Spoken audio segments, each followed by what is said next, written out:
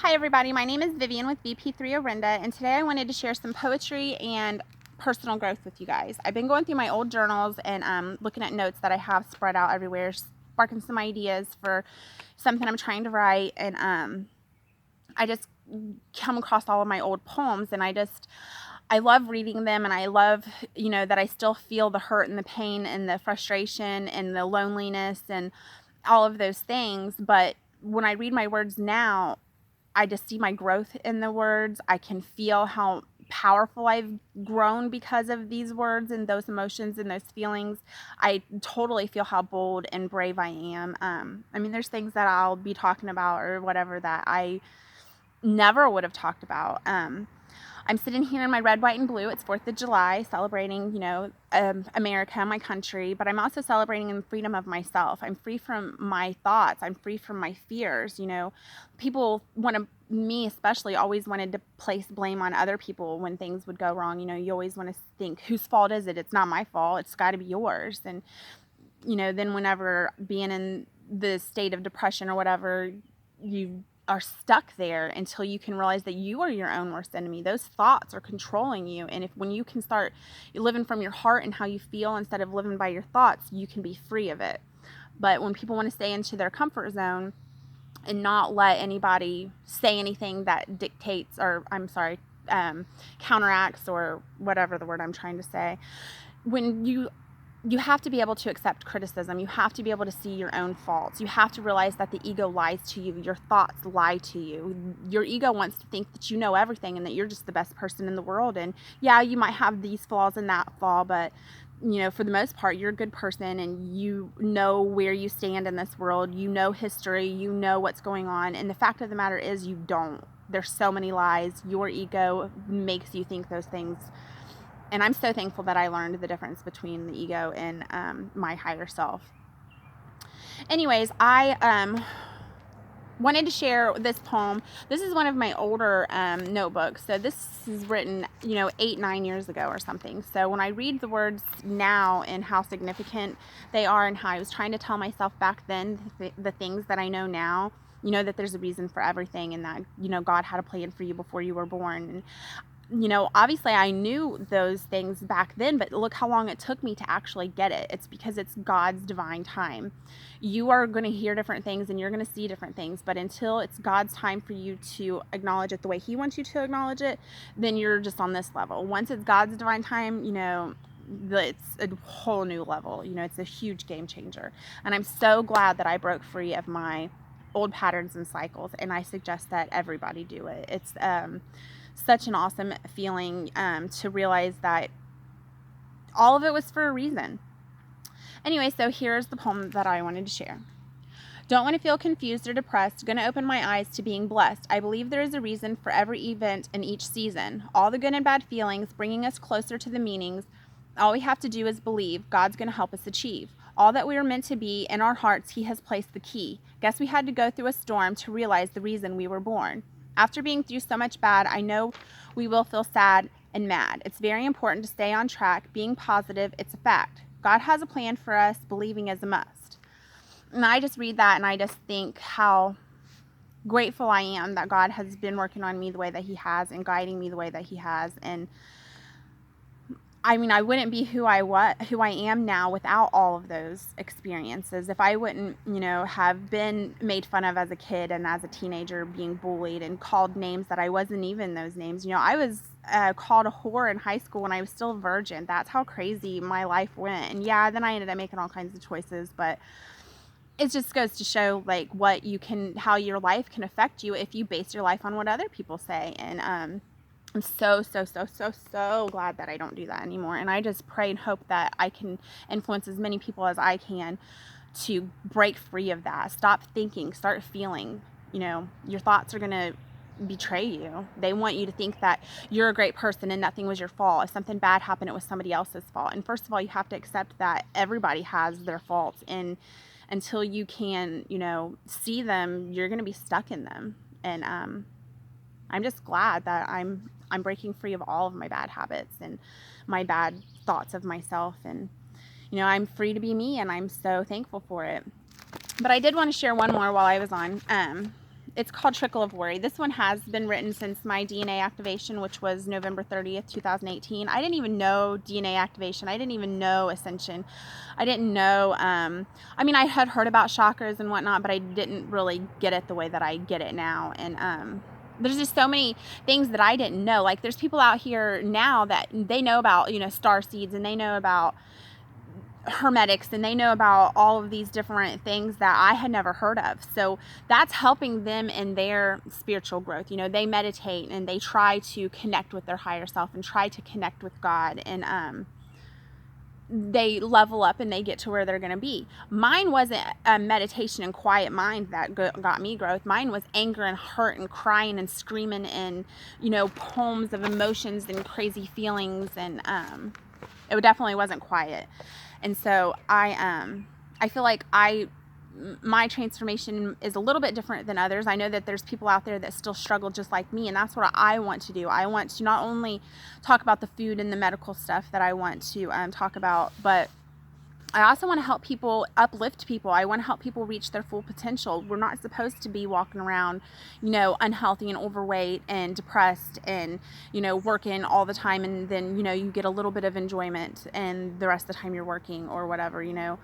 We're not supposed to live like that. That is the way that, we're programmed to believe that life is, that, it's just a cycle of life, and that's how it is. And yeah, you eat the animals and you eat this and you do this and you do this and drinking the alcohol, and it's all because that's what everybody does, and that's what everybody likes to do, and that's what everybody feels comfortable with. But then here comes me and trying to tell people, hey, that's not right, and they don't want to hear it, and that's fine.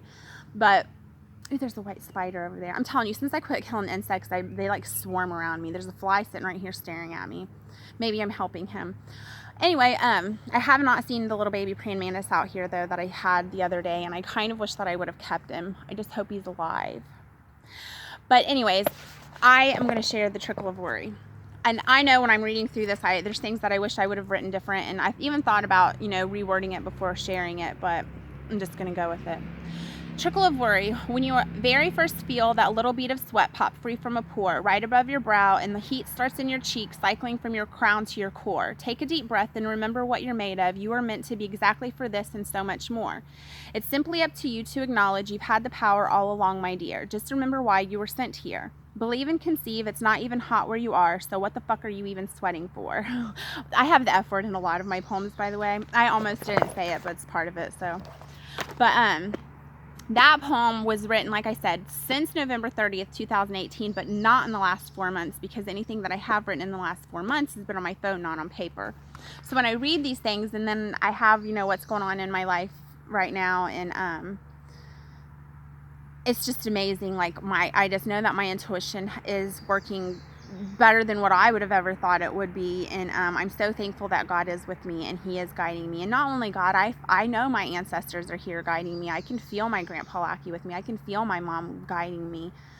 I can feel my dad. I never met my dad, but I know that, I always hoped that he would be proud of me and think that I was beautiful, or all those things that little girls want their daddy to say. And I never had that. I did have a stepdad, and him and I had a better relationship as I got older than when I was a kid. But I'm just thankful for the ancestors that I have. My Grandma Lackey and my Grandma Holt. I was named after both of them, Vivian Marie. Vivian was my Grandma Holt, and Marie was Mary Lackey's middle name. And so I know that they're a part of me too. And I just am overwhelmed sometimes with how much I feel blessed, and that I feel lucky to be who I am and to have the mission that God's entrusted me with. And I know it's hard. I think that that's why I went through my childhood being made fun of, and being lonely, and even in my adult life being a mom at 17, moving away from what friends I did have, and and not really staying in their lives, and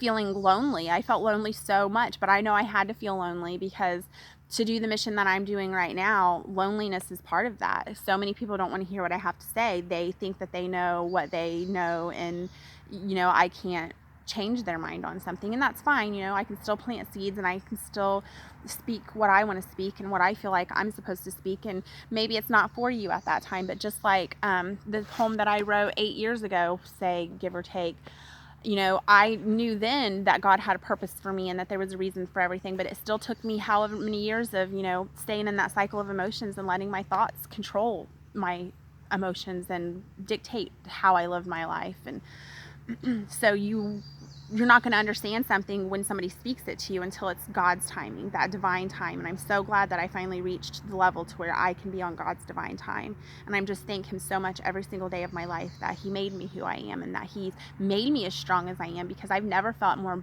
brave or bold than I do right now. And I can't wait to embrace all of who I am. I'm working on a masterpiece in myself. They say that beautiful young people are a work of nature and beautiful old people are a work of art, and I can't wait to be that masterpiece. I've been doing so good on my insides, and I can't wait to work on my outsides. And 40 is going to feel good. 42 was my mom's favorite number, and I know some people know this about me, but she literally would say 42 about anything. Like if you asked her what was for dinner, if you asked her how many of whatever, the answer was always, or I guess her answer for dinner was shit on a shingle, but anything with considering numbers or how much of something, 42 was what she said.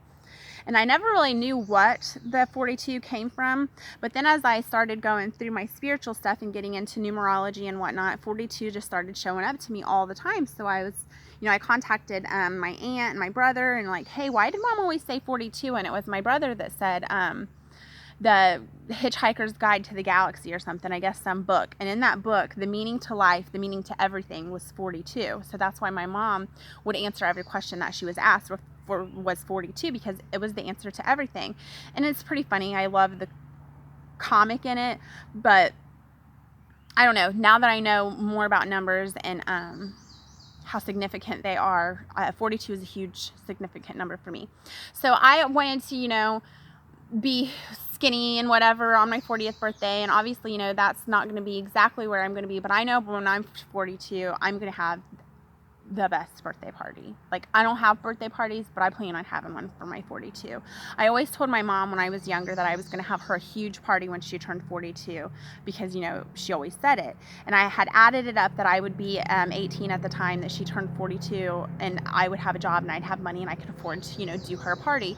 And our life took us down different stages. I think my mom was 49 when she died, and I was busy with kids and whatnot. I had a baby when I was 17, so I never had that 42nd birthday party for my mom. So I hope that I plan on for my 42nd birthday to celebrate not only me turning 42 that day, but to celebrate my mom and all that she has influenced me. Like, I used to think that I hated my mom, and I had so many anger issues with my mom for her, choosing the alcohol. Supposedly she got hepatitis C when she gave birth to me in 79, but she didn't know it until years later, and she was a big alcoholic. And so the alcohol just, tore her liver up even worse. And then when she did find out that she had the hepatitis C, she could probably still be here today if she would have taken care of herself, but she didn't. And that's another thing, it is what it is. And she's helped me, I think, more from where she is now than what she could have helped me here on earth, because we both did our own thing. Yeah, we were mom and daughter and we still talked and whatnot, but we had our own separate lives. Now it's like, it's my life and she's influencing my life, and she's helping me to overcome things that she didn't overcome. And she's helping me to break free of those patterns and those cycles that she wasn't able to when she was here.